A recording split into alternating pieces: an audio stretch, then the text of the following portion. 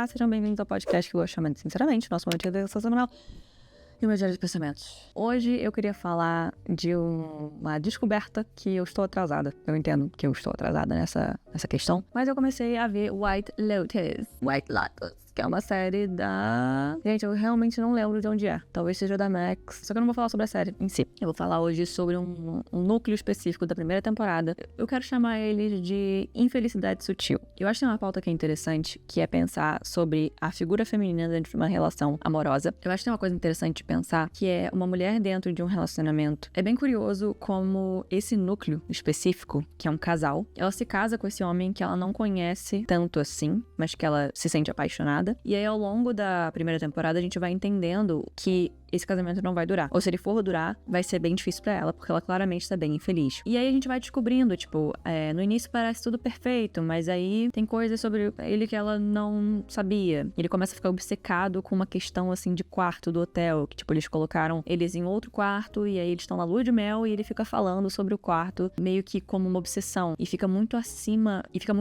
de qualquer coisa que ela queira falar com ele sobre. Então é interessante porque a gente se identifica, né, como mulher que já... Assim, a maior parte das mulheres, eu acredito que tenham passado por um relacionamento que minimamente não foi satisfatório. E é engraçado porque eu vejo muitos amigos meus também falando, tipo, cara, mas eu não entendi, foi do nada. Essa frase do nada ela não quer mais, do nada ela terminou comigo, sendo que não foi do nada, entende? Tem essa perspectiva toda da mulher que eu gostaria muito de colocar aqui pra talvez algum homem que se interesse por mulheres ou, né, tem essa dúvida, possa entender esse lado. E também para as meninas, mulheres, né, ficarem tranquilas, porque eu entendo muito bem onde vocês estão, que lugar é esse.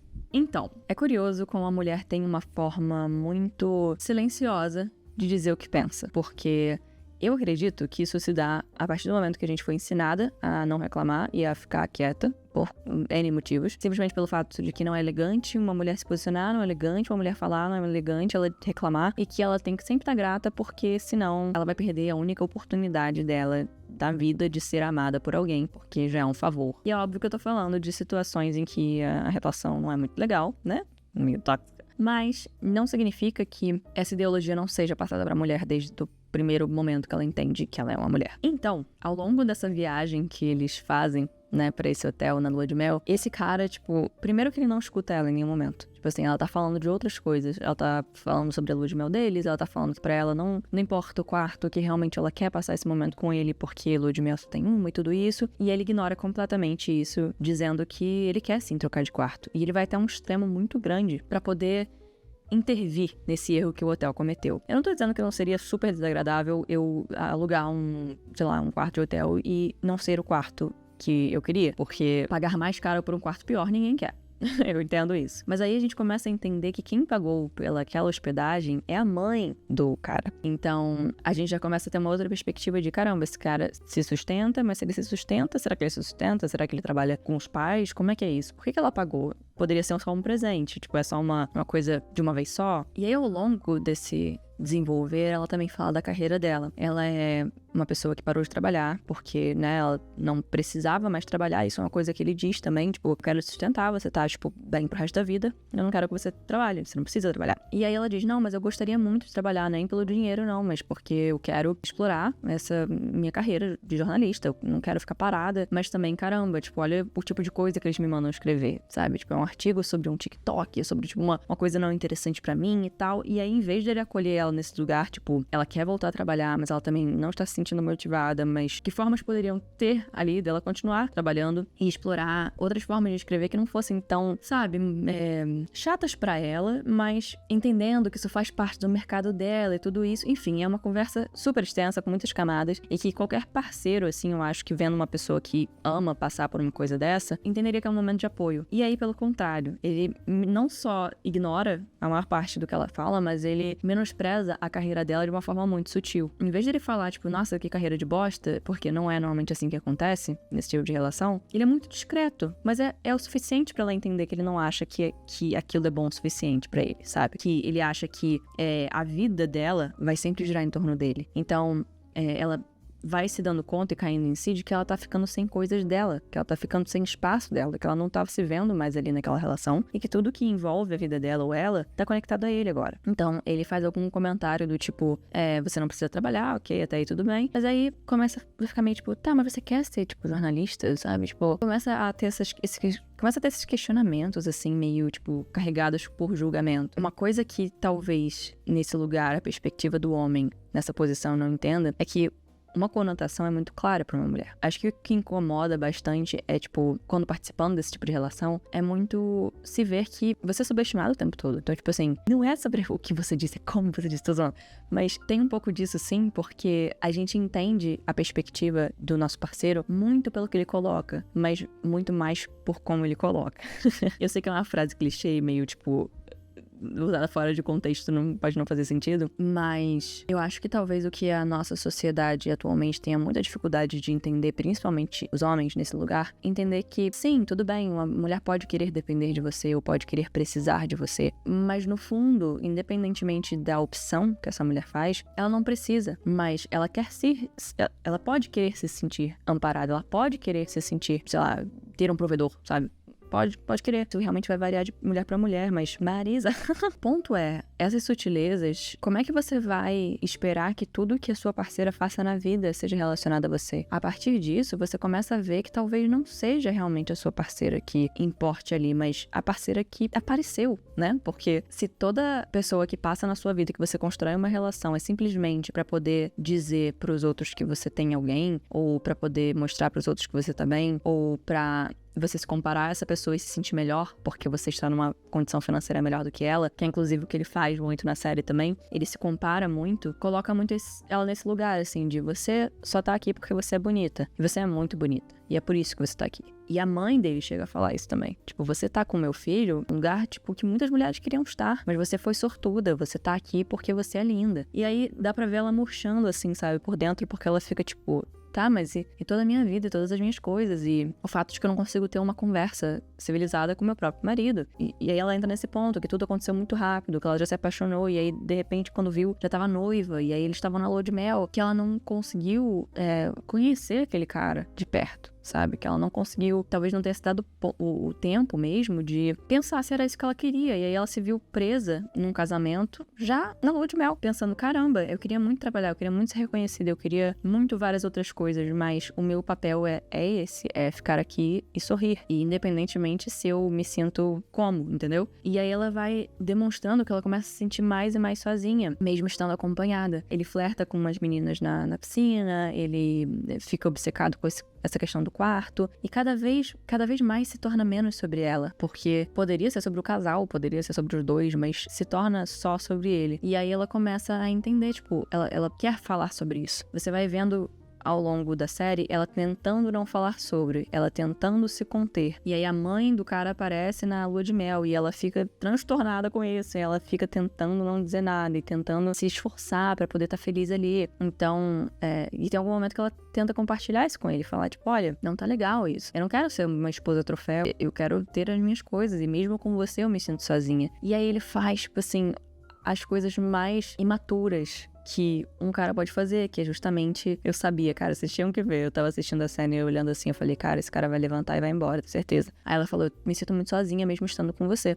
Aí ele fala, se sente sozinha? Então tá bom, então eu vou embora. E aí ele levanta e vai embora. Eu fiquei tipo, cara, não tem nada mais insensível do que a sua parceira tá comunicando uma coisa pra você e você simplesmente se sentir atacado por isso a ponto de você não conseguir agir como um parceiro saudável e dizer, caramba, que droga, o que eu posso fazer pra melhorar, né? Assim, eu acho que, agora não falando necessariamente de homem ou mulher, mas uma coisa que é muito clara pra mim, assim, é quando uma pessoa que eu amo me traz uma questão, mesmo que ela, tipo, fira meu ego de alguma forma e fale, tipo, nossa, caramba, automaticamente, porque é natural também que a gente tem essas reações, eu nunca me colocaria num lugar em que, tipo assim, eu diria, isso feriu meu ego, sabe? Então, claro, mais nova, talvez, porque a gente demora pra amadurecer às vezes, enfim, acho que eu nem demorei não, sinceramente, mas não me torna ilesa de, tipo, ter sido infantil em algum momento, naturalmente, né, como adolescente e tal. E eu acho que teve um momento ali que eu falei, cara, não é sobre isso, não é sobre, tipo, o que eu estou sentindo agora. Essa pessoa tá compartilhando comigo uma coisa que ela está sentindo. Ela escolheu esse momento pra isso e, tipo, não é que a gente não possa trocar, tipo,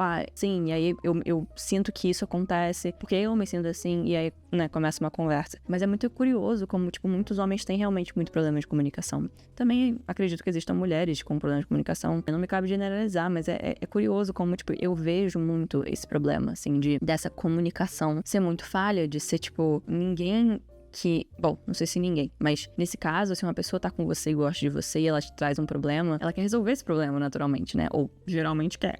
E aí, entrar num lugar em que, tipo, o problema que ela traz se tornar um problema maior, ou ela sente que está trazendo um problema pra você e tá te enchendo o saco, é uma coisa tão insensível, isso tão de garoto, e eu acho que aí chega a questão. Eu acho que eu não tô falando de homens, eu acho que eu tô falando de meninos que estão presos no corpo de homens, sabe? A gente, como mulher, eu acho que nesse tipo de relação, tem muito que se lembrar, tipo, cara, um homem maduro não faria isso. E não tô falando de idade não, tá? Porque isso não define nada necessariamente, mas um homem maduro emocionalmente, que realmente se importa comigo, não vai me fazer sentir dessa forma. Não vai ouvir que eu tô me sentindo sozinha e literalmente, tipo, usar isso pra fazer eu me sentir mal. Ou, tipo, levantar porque o ego dele é mais importante naquele momento e ficou fragilizado, então agora o problema é você. Você não pode falar as coisas, você não pode se sentir mal, porque isso significa que você está me colocando em um lugar falho e eu não posso encarar a minha própria falha. Então é curioso como a gente se diminui tanto e se impede de falar e se impede de expressar o que incomoda e tudo isso. Quando a gente escolhe dizer, aí entra no ponto,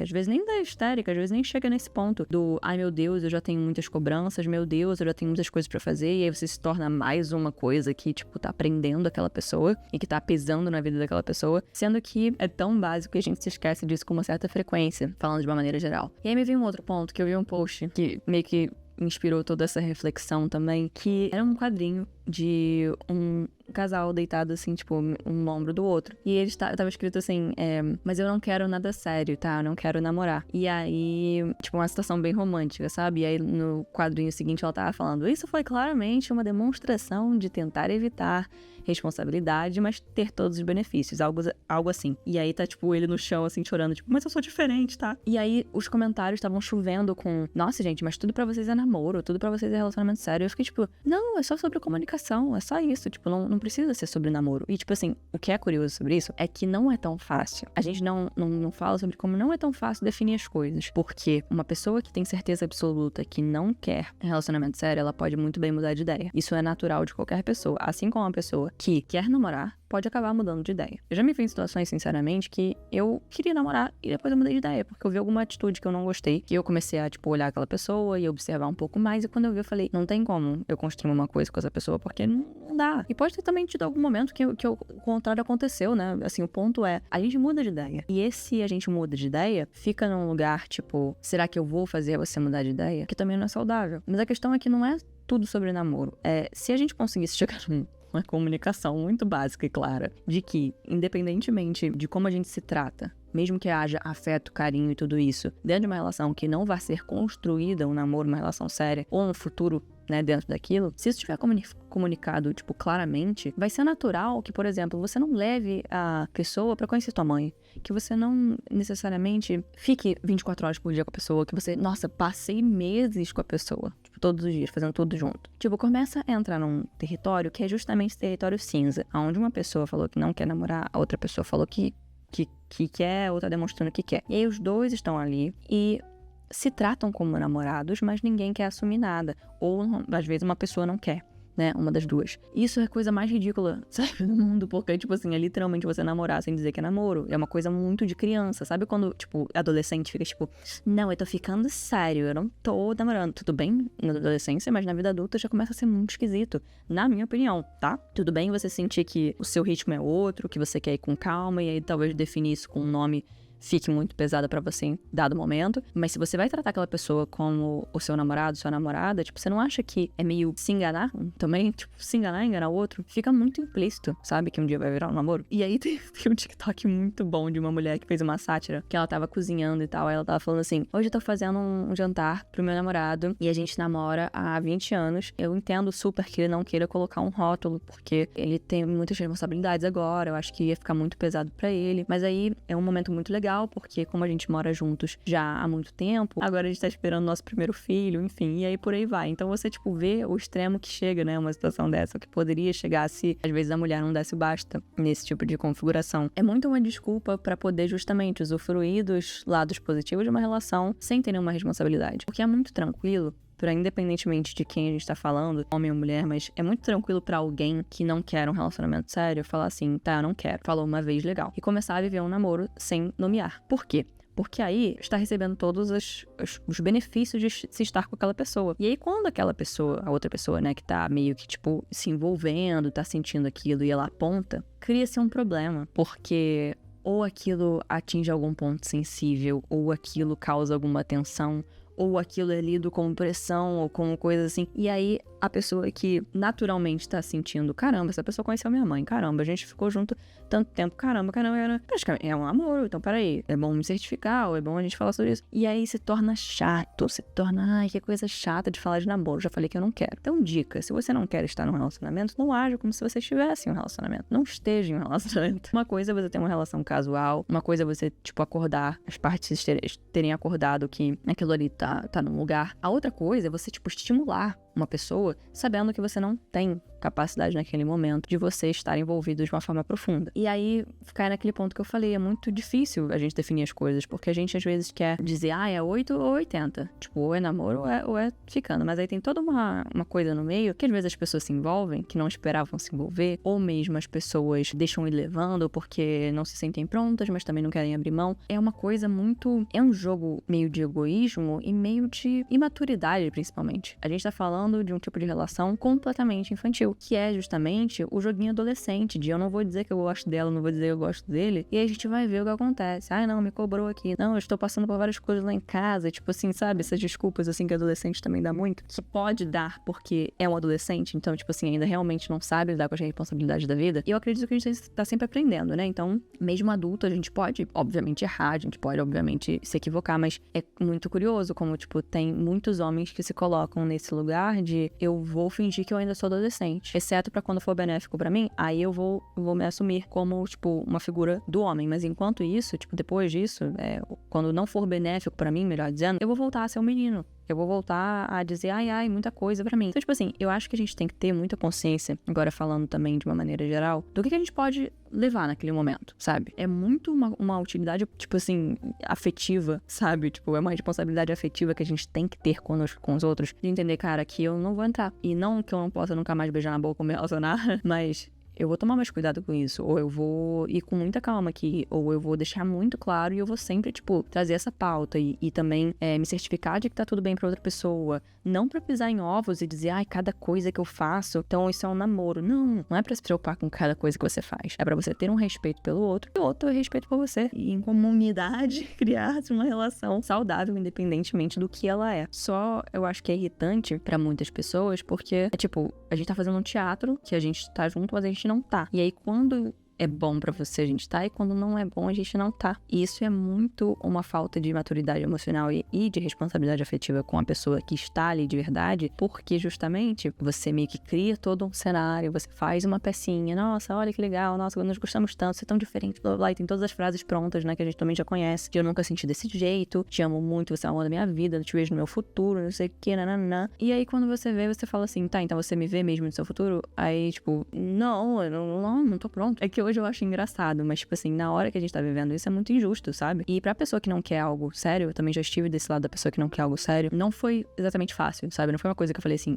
eu vou só comunicar uma vez e acabou. Tipo, eu não tive que comunicar uma vez só, eu tive que comunicar algumas vezes, mas eu sempre tive muita paciência e também muita empatia de dizer, olha só, se estiver muito ruim pra você, está muito ruim pra você, tá ruim pra você, porque não precisa estar muito ruim. Se tá ruim pra você, eu quero que você me fale. O que pode melhorar disso aqui? E aí a gente começou a entender o que eu me sentia abrindo mão, ou o porque eu sentia que não era abrir mão por essa pessoa. E se construiu algo muito bacana ali.